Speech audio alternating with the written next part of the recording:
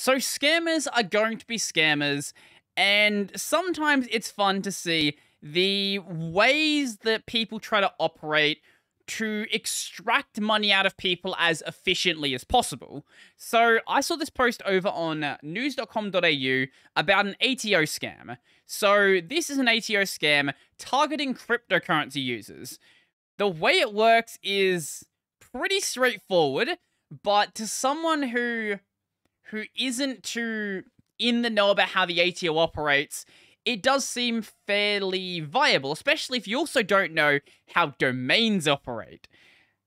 Basically, what it does is you get a text message that says, "You are suspected in cryptocurrency tax evasion." Firstly, that is a really weird way for the ATO or anyone else to actually word that. No one would really say it like that. Connect your wallet to provide detailed information. Visit ato.gov.au.crypto. Now, this is the interesting part, right?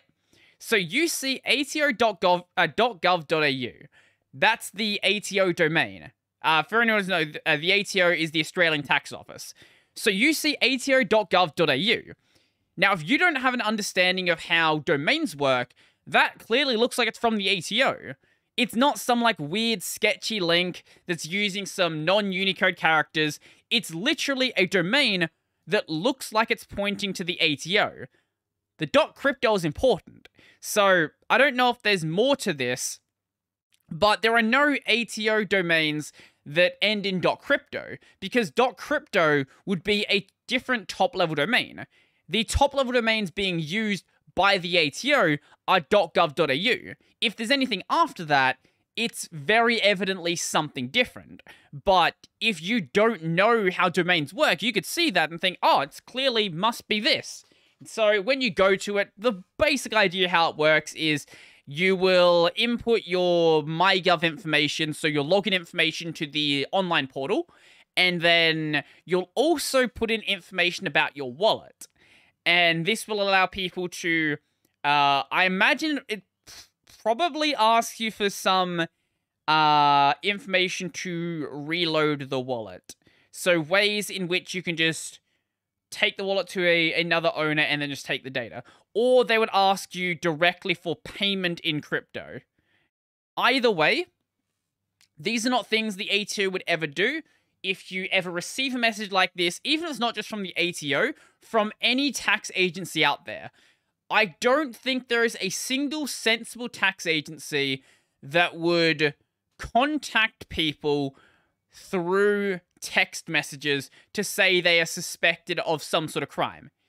If they suspect you of a crime, then you'll receive an email, you'll receive some sort of official communication, maybe a letter if your country doesn't use email for government stuff.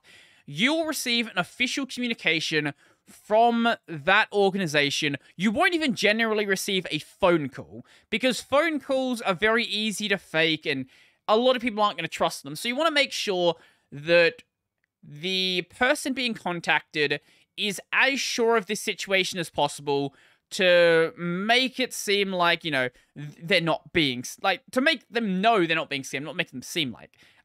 You could argue by yourself that that tax collection is a scam, but that's not for me to talk about. So be careful with things like this. Even if you are a fairly knowledgeable person, even if you are fairly well understanding of how the internet works, it's still pretty easy to fall for a scam like this.